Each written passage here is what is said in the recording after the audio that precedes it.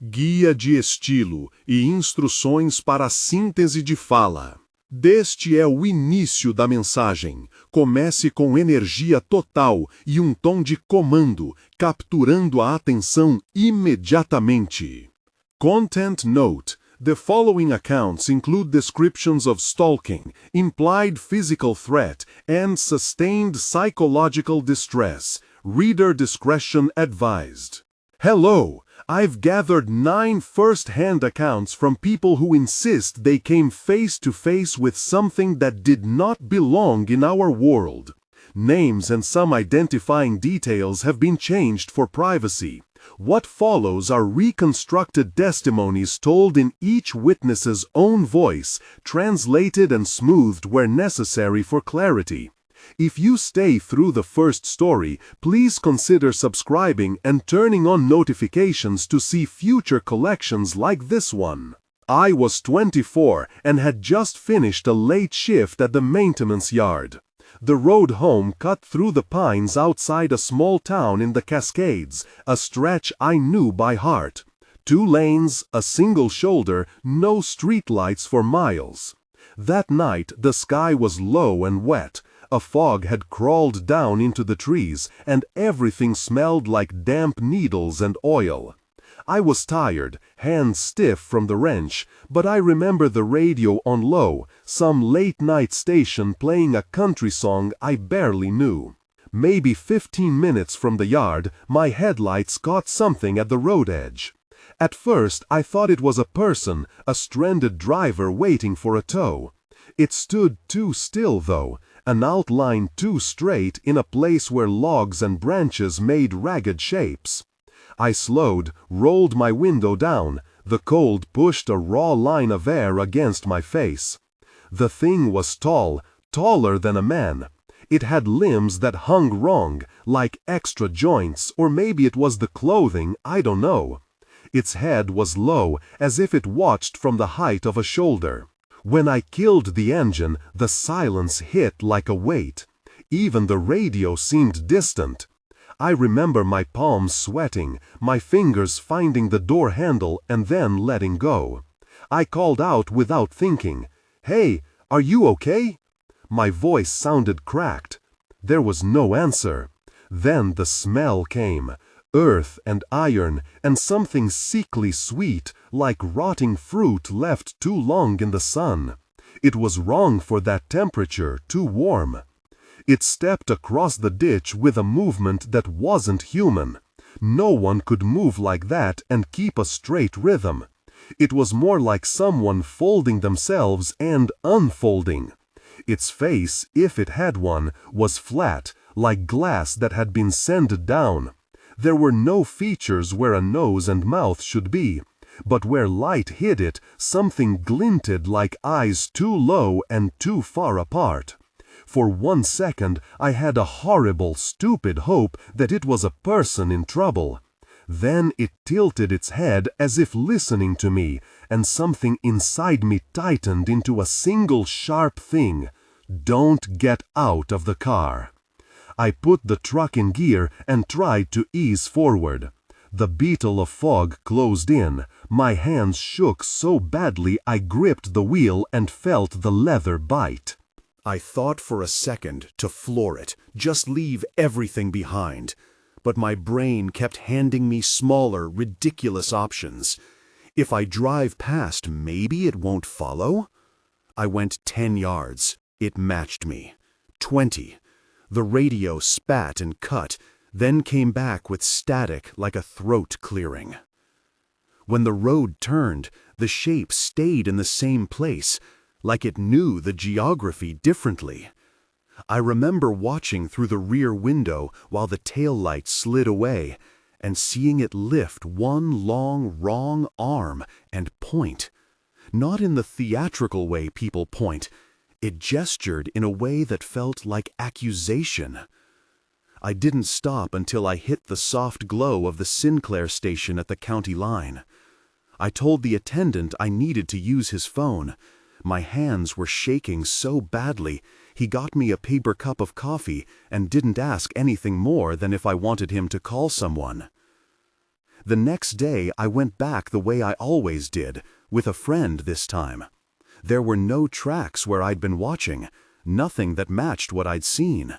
The shoulder had shallow ruts from tires. Still, there was an indentation in the mud, larger than a human footprint, round and deep, like something heavy had sat there and pushed the earth down. When I pressed my thumb into it, the mud smelled faintly of metal and something sweet that set my stomach rolling. I stopped driving that road alone after that. Friends teased me at first, called it a raccoon or a drunk, but I knew how it moved. The pattern of its steps was wrong in a way you don't forget. Something else changed too. For a week afterward, I would wake at 2 in the morning with the sensation of being watched, as if eyes were low in the room, just out of reach. Once in the hall, I saw a shadow slide across the window like a hand sweeping across glass. I moved my furniture to block the living room window for a month after that. I never told my parents the whole thing. I still avoid that stretch if I can, and I won't take my sleep for granted anymore. I stopped driving that night with a rational explanation. I didn't have one to offer. When I first heard from her, she asked me not to use her name. She was in her early 30s and taught art to middle schoolers.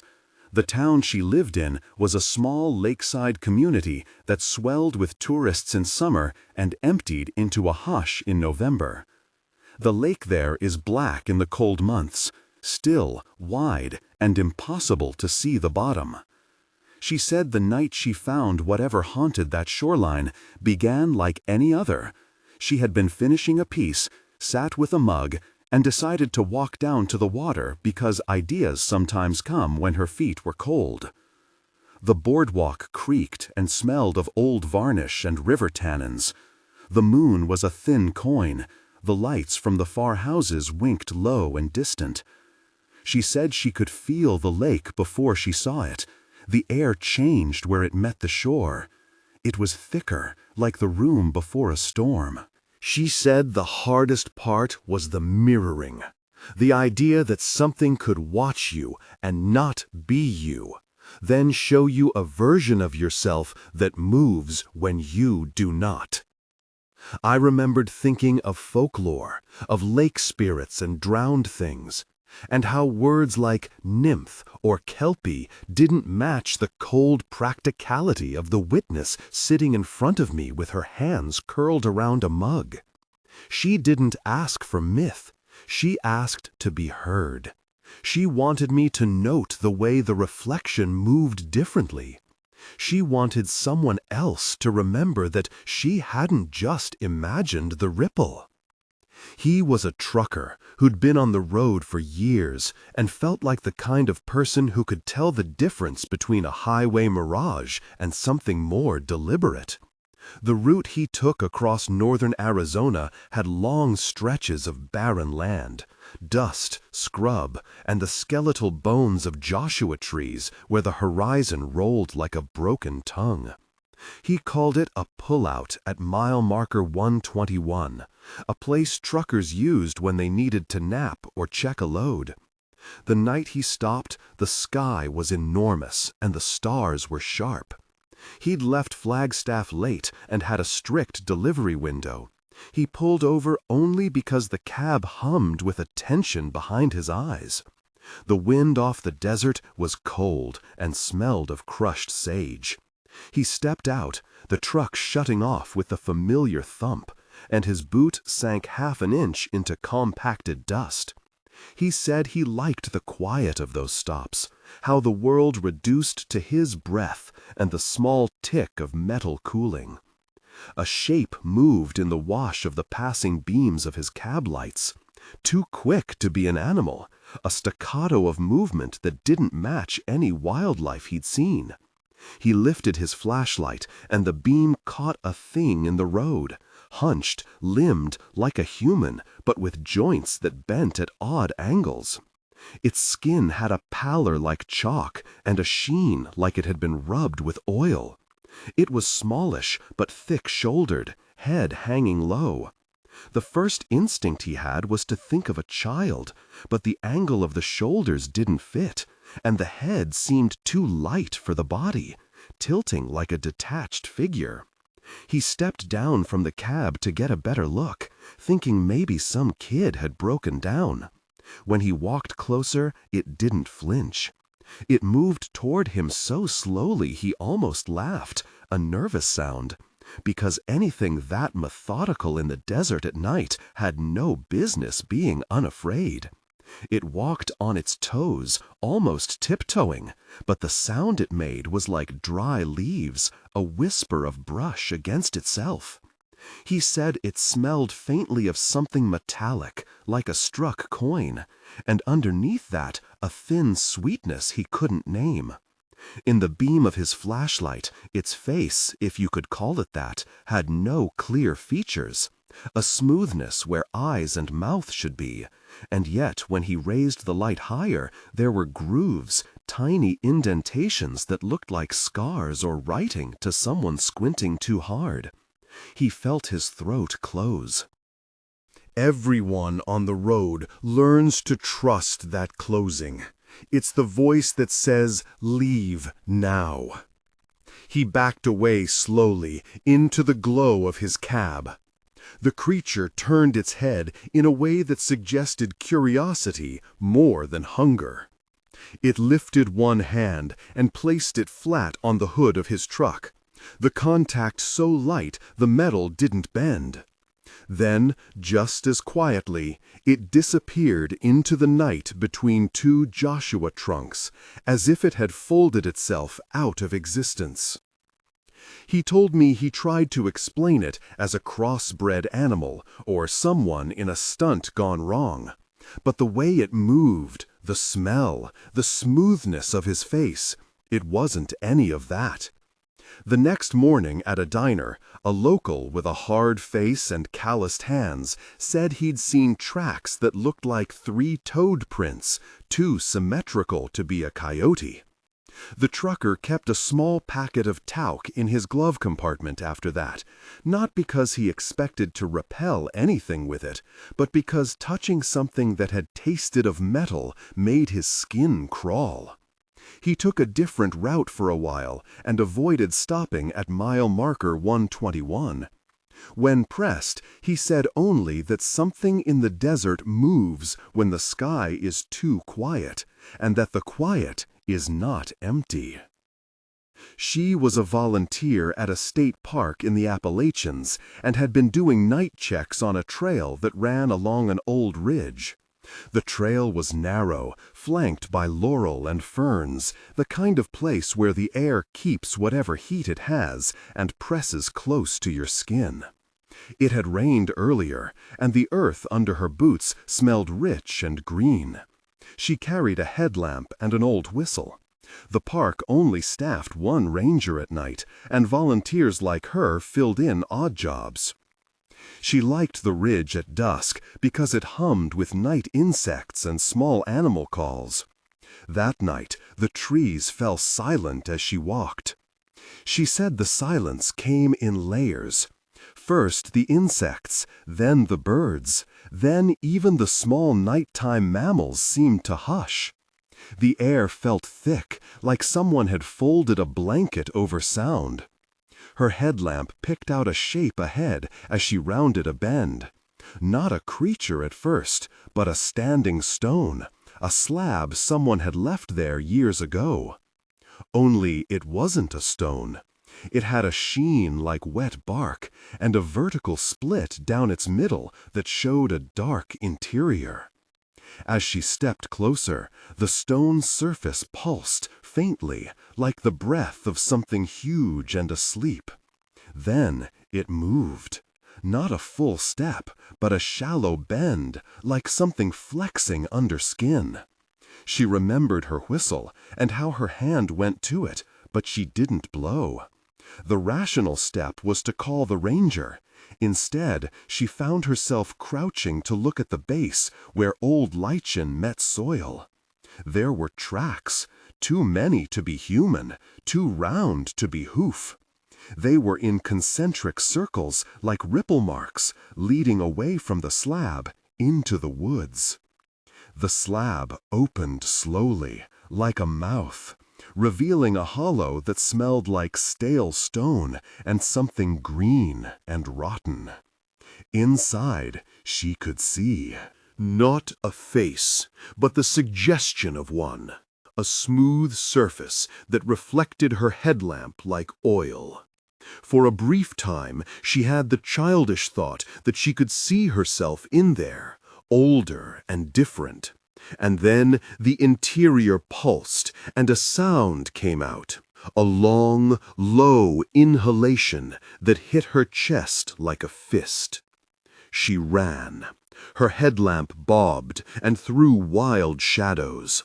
At one point, she felt a cold hand graze the back of her neck, light as a feather, but a touch that made her teeth ache. She didn't stop until the ranger's truck pulled up, headlights carving the black. He didn't find any slab when they went back in daylight, only a fresh circle of disturbed earth and a ring of tiny flattened plants where nothing grew. The ranger listened and then suggested maybe it had been a sapling, uprooted and bearing an odd fungus. She didn't argue. She only said later that whatever it had been, it didn't belong to the taxonomy of the park. After that night, she avoided the ridge altogether, and sometimes dreamed of standing stones opening their mouths and breathing. The next witness was a group account, told by a woman who had been on a weekend fishing trip with 3 childhood friends at a remote reservoir. They were young, late 20s, and the place had been less crowded because the season had turned. The group had built a small fire on the bank and spent the evening talking about the old camp myths the locals told, the sort of stories you tell to keep a place from feeling ordinary. Around midnight, one of them, Jonah, said he wanted to skip ahead to the old pump house to take pictures of the rusted machinery. The other 2 laughed and agreed, so they walked out on a narrow service road that led to the concrete structure. The air had a wet edge where the reservoir met the cold night. Their flashlights carved cones through the fog that hovered above the water. When they reached the pump house, they heard it first. A rhythmic, slithering sound, like rubber dragged over stone, followed by a whispering chorus that reminded one of them of dry leaves rubbing together. Then something moved along the edge of the water, a silhouette gliding low, keeping to the line where dark met dark. It didn't have the height of any animal they'd seen by the reservoir. It was long and horizontal, like a shadow stretched thin. It slid into view with a slow, deliberate grace that made their skin crawl. They watched as it surfaced near the pump house and raised a series of wet, inelegant limbs on the concrete like an insect crawling a wall. It had a sheen like green glass, and when Jonah stepped forward with his phone to take a picture, the beam caught something that looked almost human-sized lying coiled on the concrete. Only it wasn't coiled in a way that made anatomical sense. There were segments and small nodules along its length that might have been eyes if anything in that place could be called an eye. Jonah's phone died as he tried to capture it. The battery failed in seconds, as if the machine itself were sapping power. One of the friends swore he could hear a voice in the scraping, a sound that used the cadence of words without forming them. Panic set in a staggered way. One of them bolted for the car, another slipped and fell, skin tearing on the gravel, and Jonah stayed rooted, transfixed. They ran. They didn't stop until the lights of the main road were in sight and the reservoir a distant smear behind them. The next day, emboldened by the logic of daylight, they returned with cameras and the bravado of people determined to disprove their own fear. No trace remained on the concrete, just a series of faint crescent marks where something rough had been. The pump house, which had always held tiny bats and rust, seemed ordinary in the light. But Jonah wouldn't go back at night. He had nightmares where the pump house uncoils like a mouth and reaches inland. And sometimes at parties he flinched at the sound of someone dragging a chair across a floor. When they told local anglers, many shrugged and mentioned stories of eel-like things that came in after storms. Older hands muttered a name from an old county folk tale and then laughed it off. The women I spoke with didn't care for names. They cared for the way their bodies remembered the dark and the way something could make a shoreline feel like another country. I met the ninth witness on a quiet online forum where people reported strange lights and tracks in a stretch of rural highway. He'd been a young father driving home from his second job, exhausted, when his sedan hit a stretch of fog so thick the headlights only showed white a few feet ahead. He rolled down the window to look, felt the cold finger of damp air, and then saw a figure standing in the middle of the road where there was nothing but white. It had a posture like a person, but it was unnaturally tall and thin, the kind of proportions that make your brain skitter trying to assign them to known shapes. Its skin, if skin is the right word, had a papery texture that shifted color with the headlights, from a pale beige to a darker, almost luminous gray. Its face was featureless, but as he drove past, he glimpsed a thin slit where a mouth might be, and a sound like a distant conversation leaked into his car, unintelligible but intimate, as if someone spoke his name without words. He said his hands went numb and the car stalled. For 3 heartbeats the engine died, and the figure seemed to lean forward in that silent way. Then, just as the light flickered back, it was gone. No tracks, no skid marks, nothing. He felt foolish the next day, but when he returned with his brother, the shoulder showed small, elongated depressions in the gravel, like the marks of a dragging foot, but slightly offset, as if the creature had no bilateral symmetry the way we know it. Afterward, he altered his route home for months. He told me the strangest thing wasn't that he saw something. It was how certain he became, afterward, of being watched on stretches of road that had always felt mundane. He started keeping the radio on deliberately, a noise to anchor himself. When his daughter cried at night, he'd be certain the sound carried further than it should, as if the world had stretched. Between each of these testimonies there were themes. Reflections and mirrors, wrong angles, featureless faces, and the feeling of being watched in low light. I didn't include every detail people gave me. Some memories repeated themselves in ways that felt like rehearsal. What struck me was the consistency of the small things. A metallic, sweet smell, the absence of sound where you expected it, and a movement that didn't fit animal biomechanics. Some witnesses leaned toward folklore to make sense of it. Others clung to pragmatic explanations and called themselves fools. None of them wanted to feel ridiculous. All of them wanted someone to record what they'd felt. If anything knit these stories together, it was the aftermath. Several witnesses reported altered sleep, strange reflections in water or glass, and a sense that certain places had been claimed in a way that the law couldn't address. A few said they could still feel the weight of a presence if they walked the same paths at night. A handful of people stopped going out to certain spots at all. I know that doesn't resolve anything. These accounts don't prove a single species or a single phenomenon. They do something simpler and, in some ways, more disturbing. They show how ordinary nights bend into something else, and how the mind keeps those bends as a map marked with fear.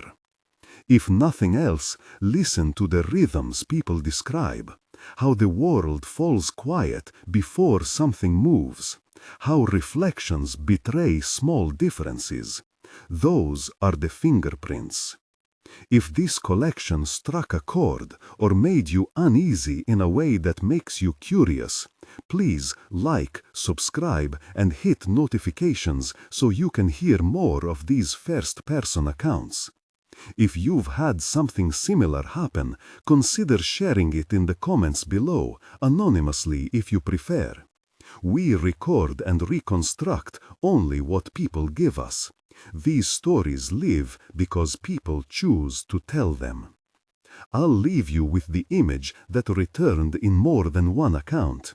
A surface, water, glass, polished stone that shows you exactly where you are, and then, for a breath, shows you a slight shift, a version of yourself that moves when you do not. Keep your lights on. Keep someone else in the loop if you find yourself somewhere the dark feels held. Some respondents took precautions that looked inherited from older superstitions and new anxieties at once. Sheets over mirrors, lamps left burning until dawn, a glass of water left on a bedside table. Others treated it like a problem of the body and the city, visited doctors, swapped sleeping medications, booked appointments with therapists. The overlap was telling. The same people who taped black cloth over the backs of photographs also kept careful lists of medication names and dosages. Fear does not sit in one language.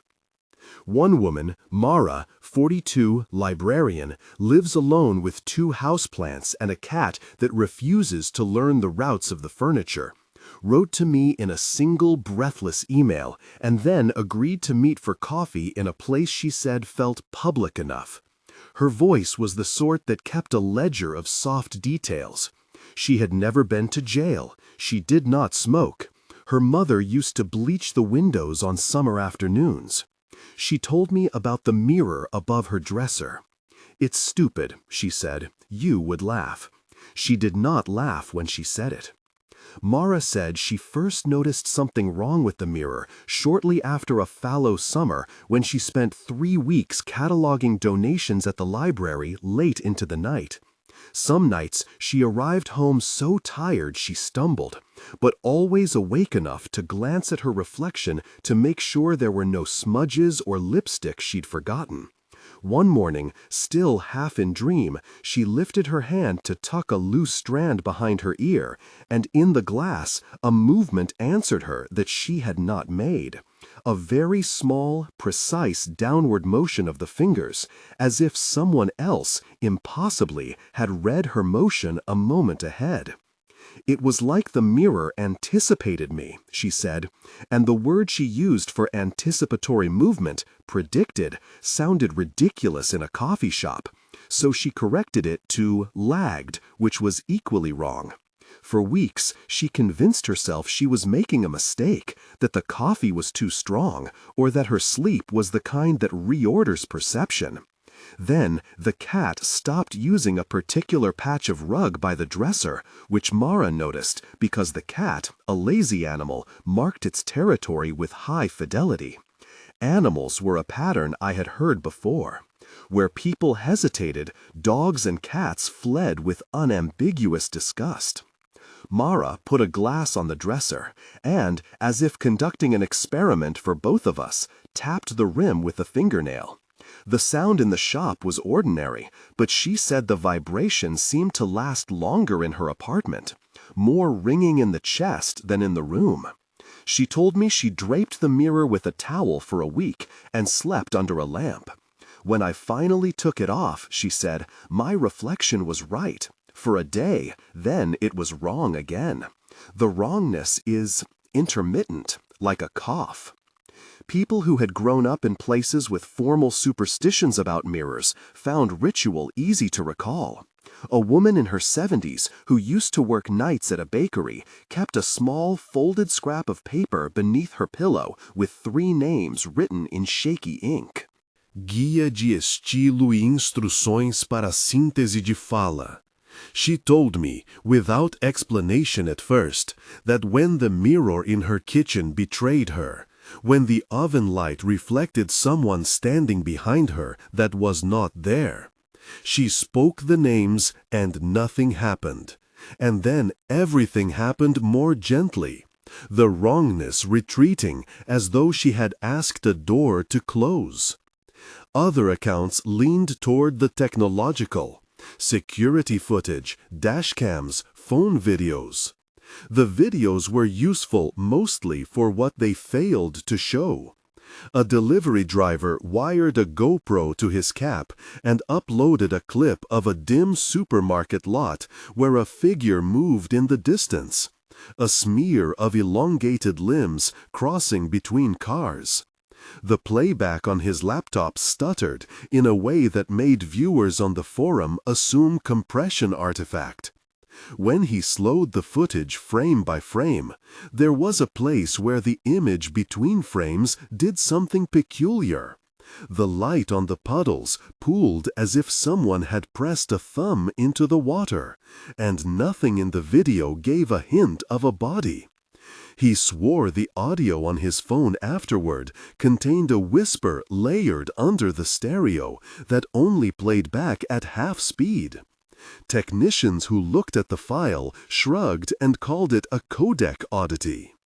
A friend of mine, Callum, a photographer who shoots abandoned theaters for a living, gave me a different kind of evidence. He had been on assignment, a set of mirrors behind a bar in a shuttered club, 100 panes like teeth reflecting one another. Callum is careful. He frames light like a confession.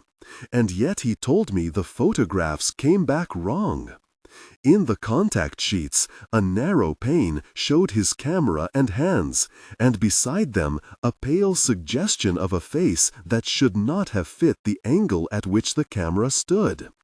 He insisted he had not positioned anything on that side of the bar. When he printed the image, the face shimmered like a wet surface caught mid-shedding. He burned the negatives later in his studio, an action that had the soft logic of someone trying to stop a rumor by destroying the rumor's physical proof. These artifacts, half-remembered gestures on video, a face in a pane that the photographer could not attribute, have a characteristic that made the phenomenon so unnerving. For every failed capture, there was an equally stubborn human story of experience. Video could be written off as glitch and physics. A pulse of wrongness in a live beheld mirror could not be dismissed with a firmware update. I listened to cardiologists and sleep researchers speculate over dinner how stress and social contagion could produce similar clusters of complaints. I watched a physicist I knew try to explain the reflection problem in terms of polarization and scattering and come away with no more than a suggestion that certain surface geometries and lighting could produce illusions of depth misalignment. Either the phenomenon is selective, choosing not to be documented, or our instruments are poor witnesses. And then there is the social grammar of confession. People will tell you different things depending on how you ask. If you ask a witness whether they felt fear, they will answer and then tell you about the object that gave them comfort afterward. A lamp, a friend's couch, a church they walked into and did not know how to leave. We want to pair each wrongness with a coping mechanism, as if the right ritual can sequester what the world refuses to anchor with reason. The coping mechanisms vary. Some people paint over mirrors with a thin coat of latex and say nothing. Others live with a lamp on for months. A small number find methods that verge on the performative, leaving an unlit candle on a windowsill, setting a bowl of salt on a threshold. There are internet communities that trade techniques like currency. One thread recommended 5 cloves of garlic strung and tied to a doorknob, an echo of older customs transposed into modern supply chains. I am no scholar of ritual, and I do not pretend any one method offers protection as sure as a seatbelt. But I note the intent. Humans construct boundaries. We make little lawless zones of light. Even if the boundaries are only habits, closing curtains, keeping the radio on, they insist, unadorned, on the difference between the inside of a room and the thing outside it that wants to be seen in its surfaces. So, where do we go from here? I could publish a list of symptoms and artifacts and let the internet argue. I could keep collecting testimony until the chorus grows loud enough to insist on some institutional response. I have done both. For now, what I can offer are other people's attempts to live with it and the thinnest detail of my own failure to remain an impartial witness. The moments I sit and watch my own reflection with a pen poised over a notebook and feel the wrongness return like a tide. Last night, because I am nothing if not stubborn, I drove to the stretch of road where several people had reported an increased sense of being watched. It is not the same shoulder the man in the sedan described. This place is closer to the river, lined with sycamores whose leaves scrape the asphalt like paper dragged along bone. I parked a few yards down from a street lamp and left the car on. For a long time, nothing happened. The ordinary noises of the city, the distant thrum of a late-night bus. Then the hair along my arms rose. Not because of temperature, because the dark seemed to gather itself like a hand cupping a small animal. A light moved along the rim of my windshield. A reflection, maybe. There is often a reflection under a street lamp. But this one behaved wrong.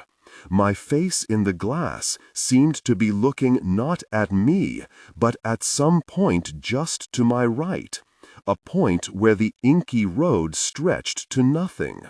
It was not a blink this time, but a slow, deliberate turn of the head, the kind that reads like attention. I felt, suddenly, as if I were both the driver and the thing behind the wheel of the world, looking to see whether his instrument still functioned. I sat very still. The radio, which I had kept on, died mid-song. The air conditioner cut out. The car became an embrace of static. Out of the silence came a sound that was neither voice nor the language of wind. A low, layered shush, like someone rubbing fingertips across the teeth of a comb. It might have been nothing.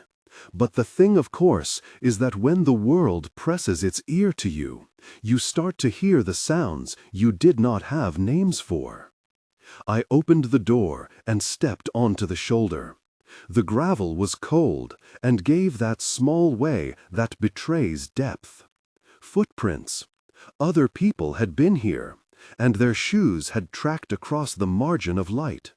Not of the elongated, offset depressions the sedan driver's brother had found, but ordinary prints. I walked toward the place the reflection had been looking at. The trees made an arch of leaves above me. The river was a black seam. I kept my phone out, its flashlight useless in the face of that kind of thick dark. At the edge, where lamplight bled away, a surface, an oily puddle left by a rain long past, caught the street lamp and showed me my own face back again. For a breath, the water did not mirror my movements. It showed me with my head tilted slightly to one side, a posture I had not adopted. Then the head in the puddle lifted its eyes and looked right back at me.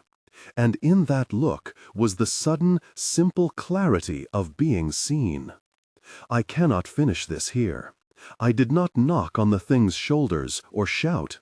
I do not know what one would even say. What I did was write this, and in writing I try to hold the thing at a distance large enough to examine and small enough not to trivialize. There are more testimonies, more nights, more attempts to capture and fail and begin again. I will keep listening. I will keep taking notes. But if you find yourself before a surface that seems to answer you too slowly, do not stand unguarded. Keep a light between you and the thing. Keep someone who will take your call. If you have seen something like this, the one gift you can give, to yourself and to others, is to speak, even if you think you will be laughed at.